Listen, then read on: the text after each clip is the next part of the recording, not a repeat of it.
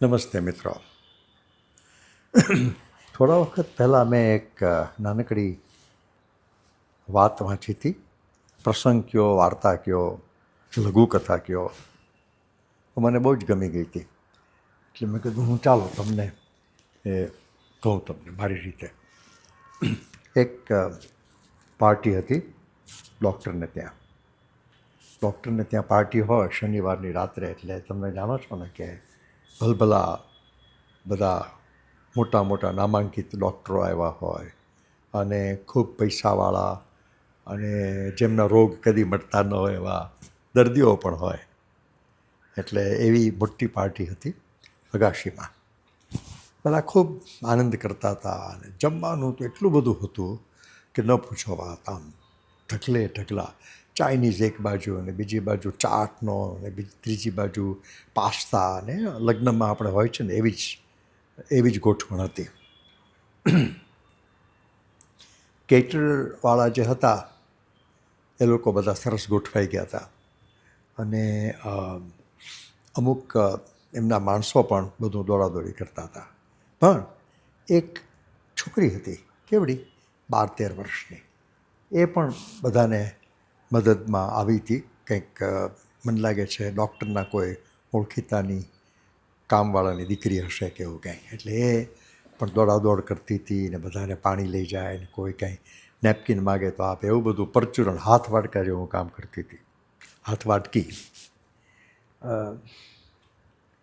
એક બહેન એક ડૉક્ટર સાહેબને, આઈ થિંક એ પીડિયાટ્રિશિયન હશે, ચાઇલ્ડ સ્પેશિયલિસ્ટ, એને પૂછતા હતા કે ડૉક્ટર સાહેબ મારો ધન્ય છે ને એ ખાતો જ નથી કાંઈ, એને ભૂખ જ નથી લાગતી, તો તમે કોઈ એવી દવા આપો ને કે જેથી એને ભૂખ લાગે.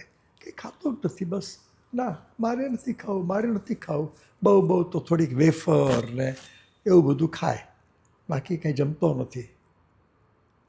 એટલે ડૉક્ટર સાહેબે ગંભીર અવાજમાં કીધું કે હા મનોરમાબેન, એવું થાય, ઘણું થાય છે, તો તમે એમ કરો ને એને ક્લિનિકમાં લઈ આવજો અને પછી હું એની સાથે વાતચીત કરી અને પછી હું એને અમુક એવી દવા લખી આપીશ કે જેથી એની ભૂખ ઉગડે.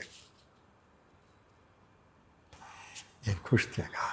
ડૉક્ટર સાહેબ તમારો આભાર. બસ મને એક બહુ ચિંતા રહે છે મારા છોકરાની. ધન્ય બિચારો જમતો જ નથી.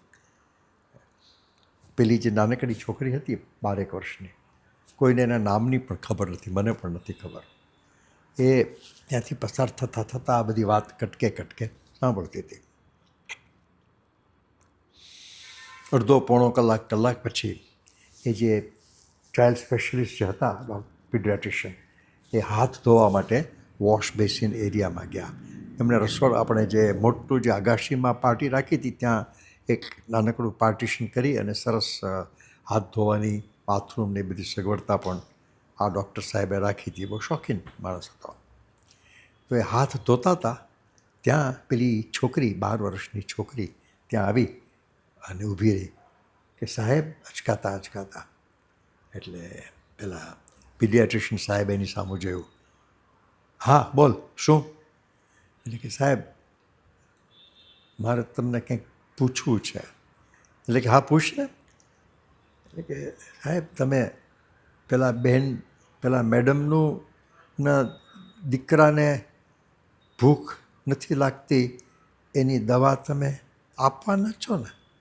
એટલે પેલા એની સામું જોઈને કીધું હા કેમ? એટલે એ કે એવી દવા હોય? એટલે પીડિયાટ્રિશિયન થોડો જ હસ્યા. હા હોય, પણ તારે શું કામ છે? કે સાહેબ મારો નાનો ભાઈ છે ને એને ભૂખ બહુ લાગે છે, આખો દિવસ એને ખાવું જ હોય છે અને અમારી પાસે એટલું બધું ખાવાનું નથી હોતું, એટલે તમે સાહેબ એવી દવા આપો ને કે એને ભૂખ ન લાગે.